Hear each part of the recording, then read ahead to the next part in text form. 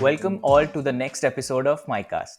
Today, we have indeed a very special guest with us.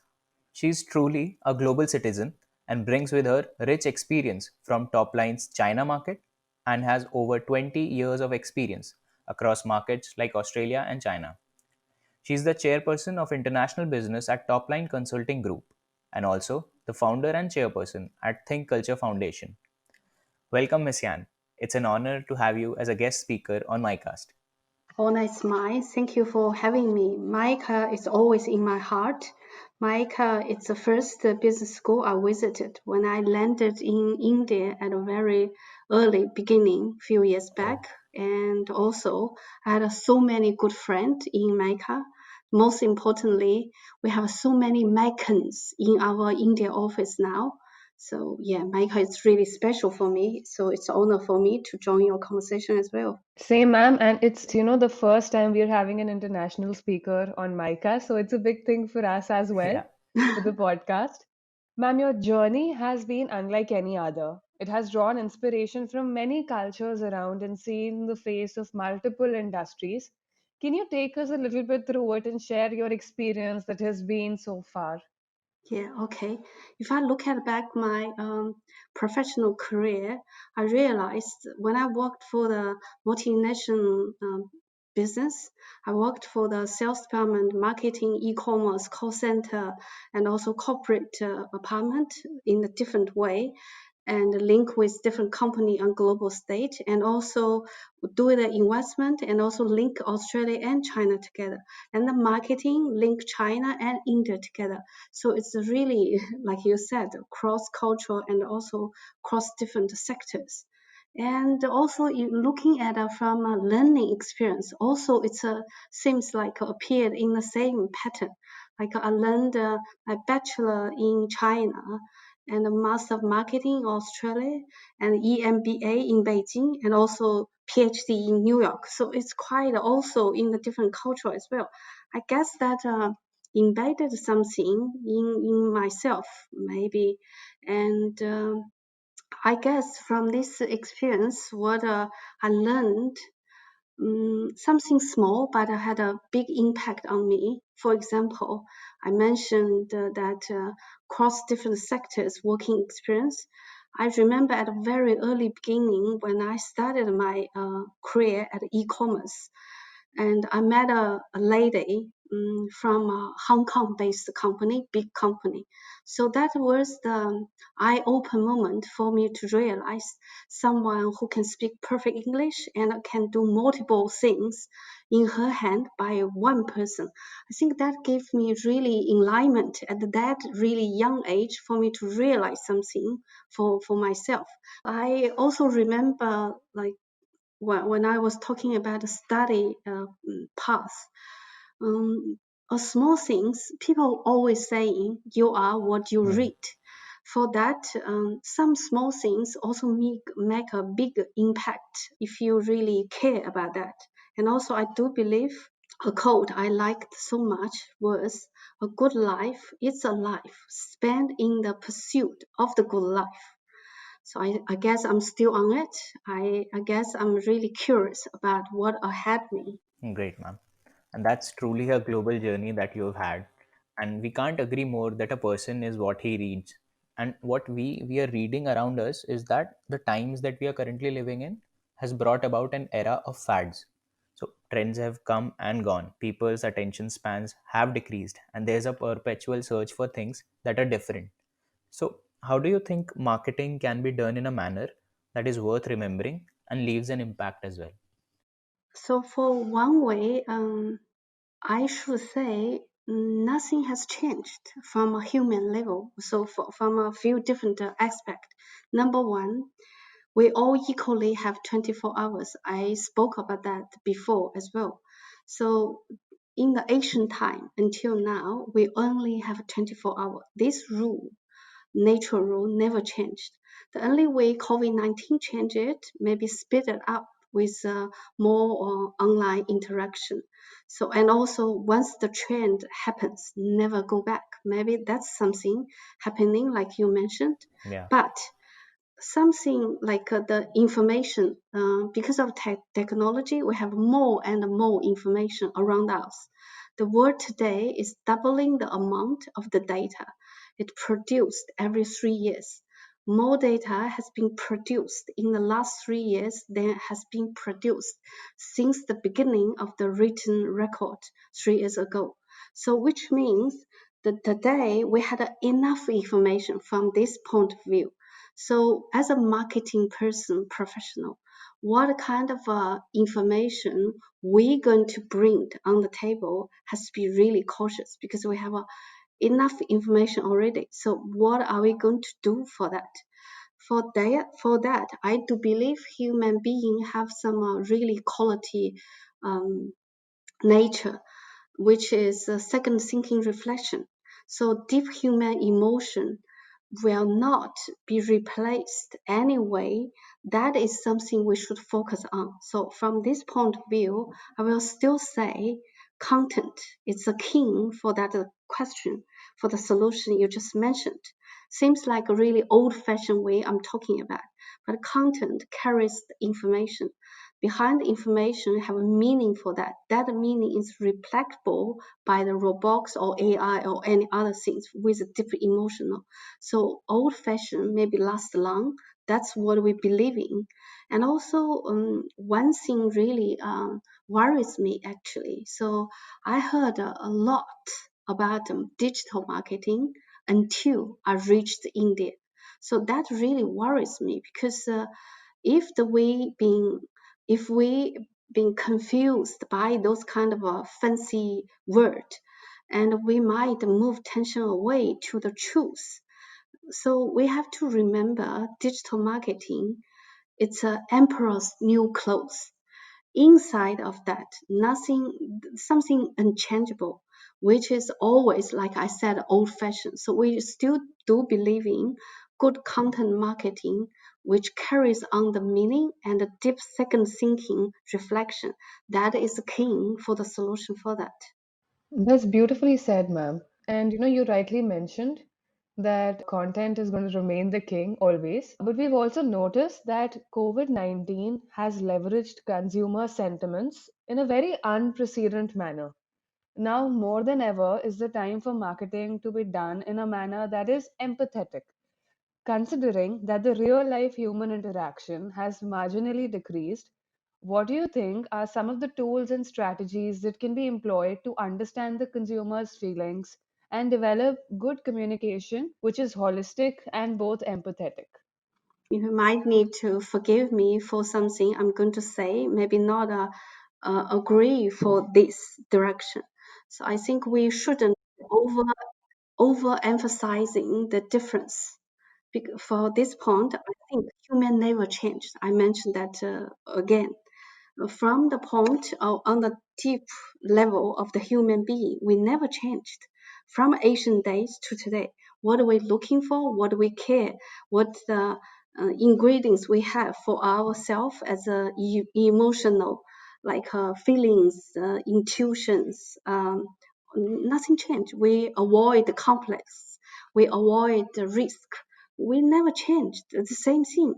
But also something changed is that really unacceptable. For example, can we ask ourselves, is that online interaction not interaction like what we do right now? For example, if I'm talking to the someone today I knew before from Mm. MICA, when I hear the voice, I can imagine the person's face and the things we did together, and also sunshine smell when we met at that time. So everything is reflection in the mind. I think that's an ability for the human being as a it's different. So, and also long time ago in the Oxford Dictionary, there are some words invented especially for youngsters, for your guys. For example, some word called, I'm not sure I can pronounce that correctly, called hikikomori, which means the young people, they stay at home, they're ordering and doing interaction with more people. I wrote an article few months back talking about this. I think this, from one way, people criticize for that. But if you look at it from different way, is that the chances for the youngsters, they develop the ability for them to trust strangers more than ever than the older people, elder people, and also to empower them, have the extended ability to reach the far more beyond than the before. This connection brought some new things in themselves and also changed the culture as well. So people were talking about technical phase, emotional in that. So is that an interaction, connection is not valuable for us to look at it, or we have to refuse that? I'm thinking slightly different. And for me, I think for this question, what I really care about is what is a true question for that? What should we see from there? So for me, I would look at that consumer from a consumer point of view. I should say what we need to pay attention, much more attention, is we should pay attention to from consumer sovereignty after COVID-19, is that something is going to be changed to the society sovereignty? That is something we should think about. I explain a little bit what I'm talking about. So when we put consumer in the center, and we push a lot of information and things to them because they are the target to selling the product. Is that respect enough? Treat them as a human being, part of the society, or they are the target for us to sell the product? So, but the COVID-19 only highlight these changes. So I guess True. these changes is a natural result from the overproduction which created by the industry era and also created by the first the revolution of the internet and also second revolution of the internet. For that, one way we complaining, we have too much information for the consumer and we can't observe because too much. And another way we invented recommendation algorithm to lead them, feed them with the information and the right information for them to read. Then we unconsciously create information cocoon to lock the consumer inside. So is that something we really wanted? I am not sure. But with this third internet revolution, which is happening right now, maybe takes longer time for that. We call Internet of Things. I guess this gives the opportunity to change these trends to decentralize the consumerization for that. But I think as a one of the consumer, I prefer in that way because this might be the chance to focus on the society sovereignty. For that, we create everything and consumer are beneficial as a part of the system. So this might be the something for me to look at it and also looking forward to it. And marketing will also need to be changed according to these trends. I'm still figure out what is the way for that. Okay, ma'am. Great. We understood the part that it's important that online interaction is also an interaction and equally human at all levels. So now we'd like to understand Mm, something from the business perspective. yeah. Like, even though we are in a scenario which is changing rapidly, Mm-hmm. irrespective of that, the business scenario was already very unpredictable and people were unsure what is there for them at the end of the tunnel. So, in what way do you think can demand be forecasted and strategic business solutions be devised today so that the risk associated is minimal? I guess I have to ask excuse for what I'm going to say for that.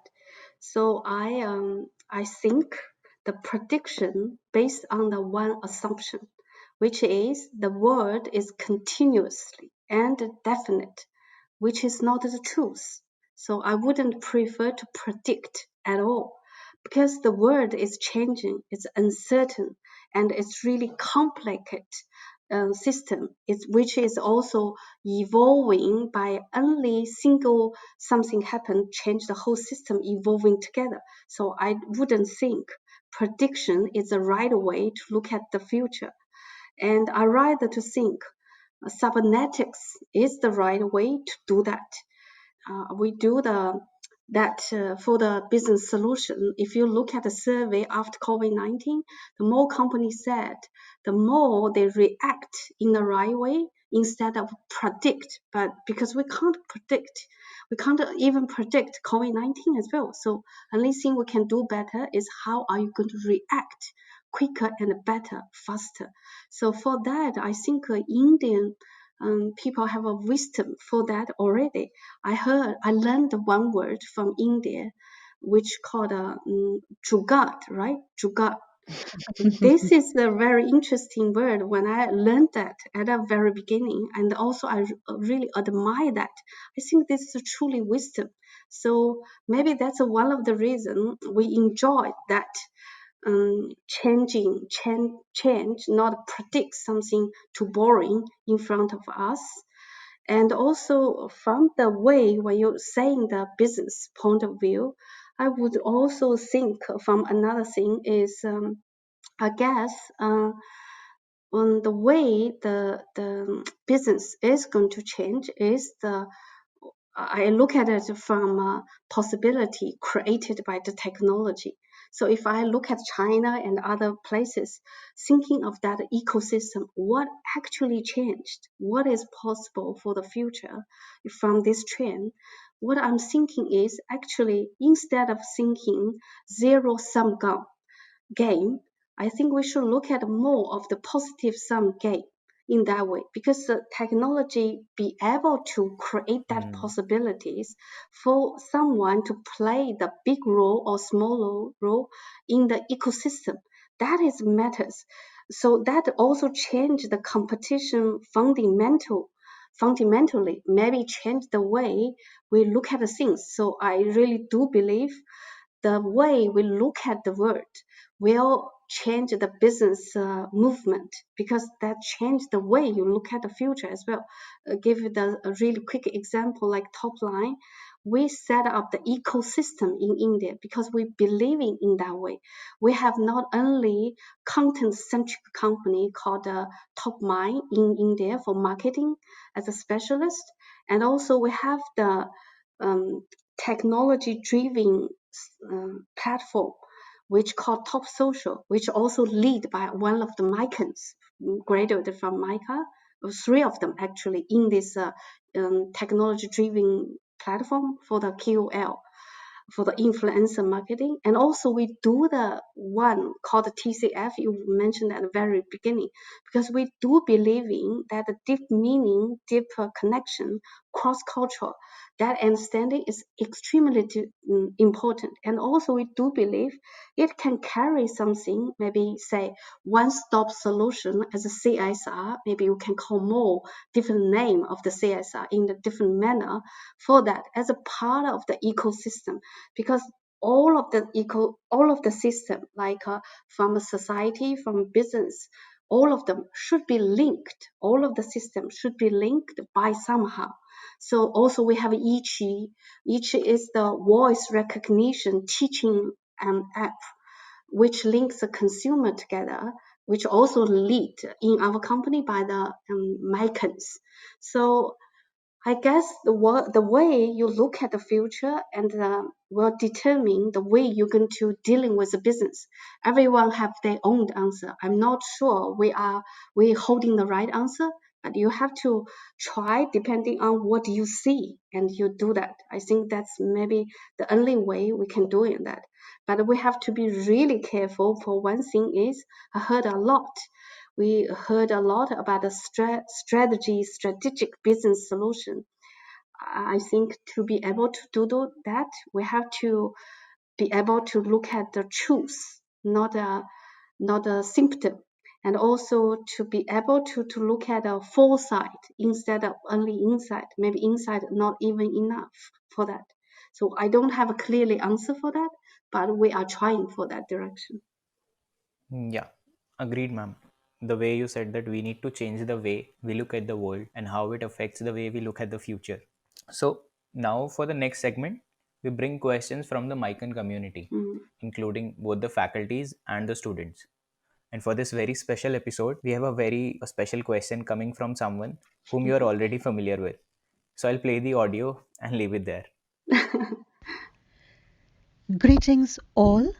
We are delighted to welcome Miss Yan Han, Chairperson of Topline and Top Mind, to this wonderful conversation that will reflect on how do we strike a balance between artificial intelligence and human intelligence. And Yan, our question for you today is, while we focus on digital platforms, strategies, tools, and digital transformations, how do we understand human beings across cultures? How do we focus on experiential learning to design products and services that connect with people? And how do we create empathy in a world dominated by technology? Thank you so much for taking the time. We are glad and looking forward to this conversation. Thank you. Well, yeah, I know. I miss Pretty so much. When I heard the voice, I can see her face. So her question is always really deep and very difficult to answer always, because she's smart, very smart lady as well. So for me, I never look at them separately. So I wouldn't look at this, say one against another together. No, I wouldn't. I think they are the one thing. For that, I remember the definition from the one famous writer who his name is Arthur. So he wrote the two books. I really love it. One called The Nature of Technology, another called The Complexity and Economy.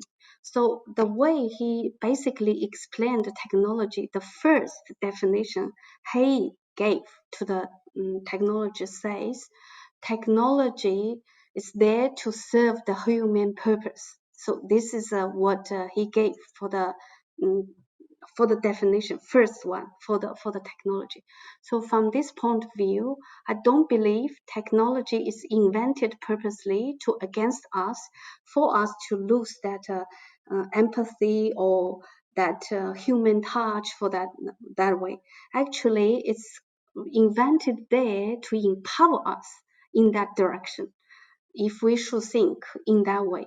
For example, I mentioned in one of the paper I wrote before, said I would think maybe smartphone is a extended organ for all of the youngsters. So are you going to hate it for that, or you think it's part of that to empower you to have more things for that?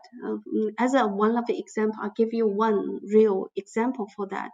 We have one Micans working in our family.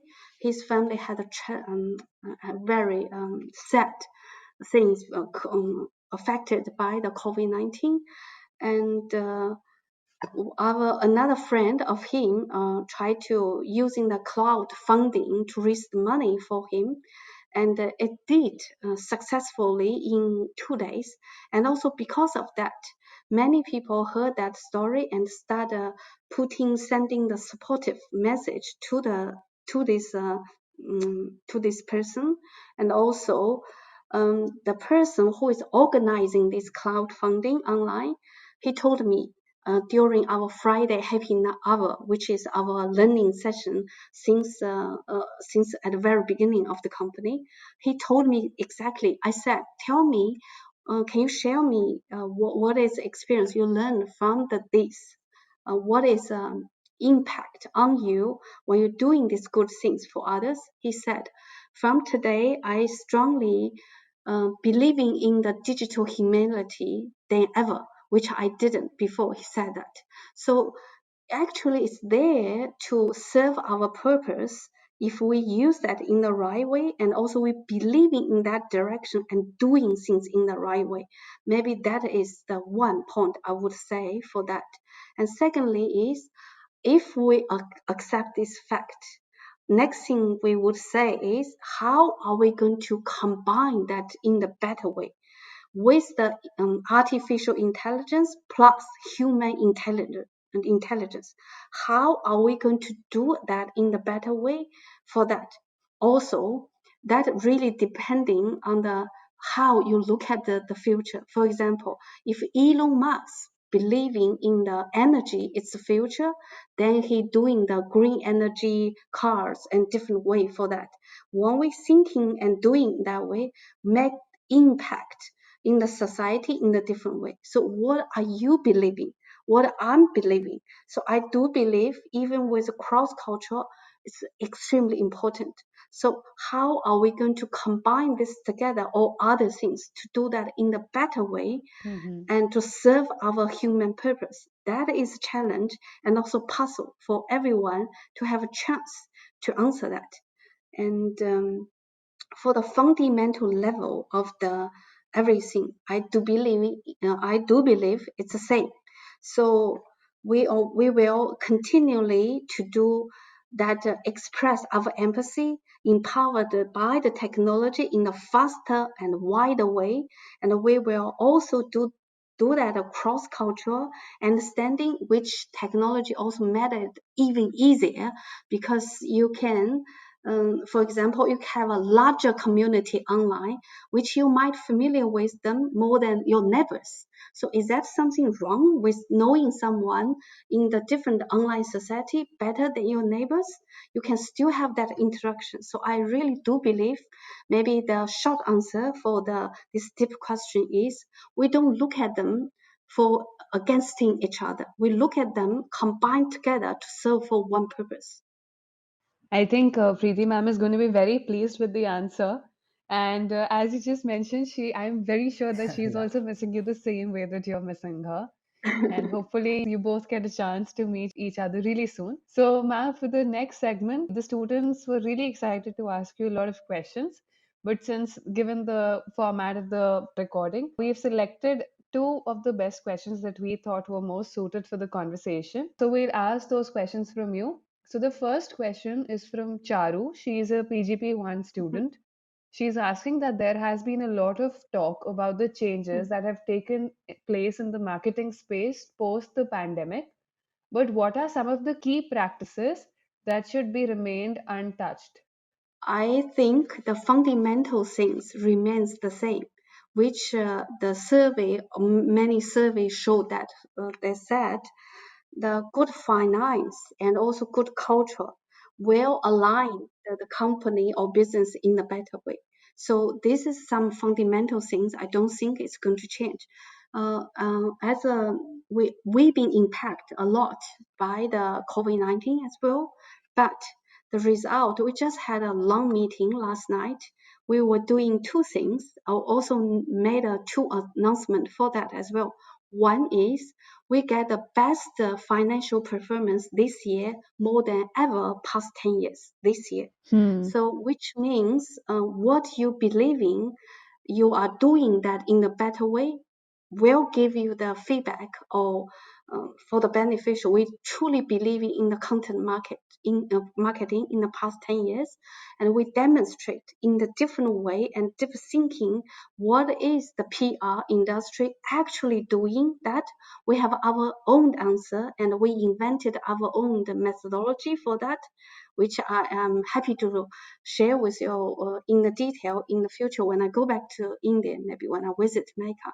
So I think that kind of fundamental belief maybe still remains same and Mhm. also rewarding you when you're facing the unexpected challenge. Another thing I truly do believe is culture. So culture is extremely important.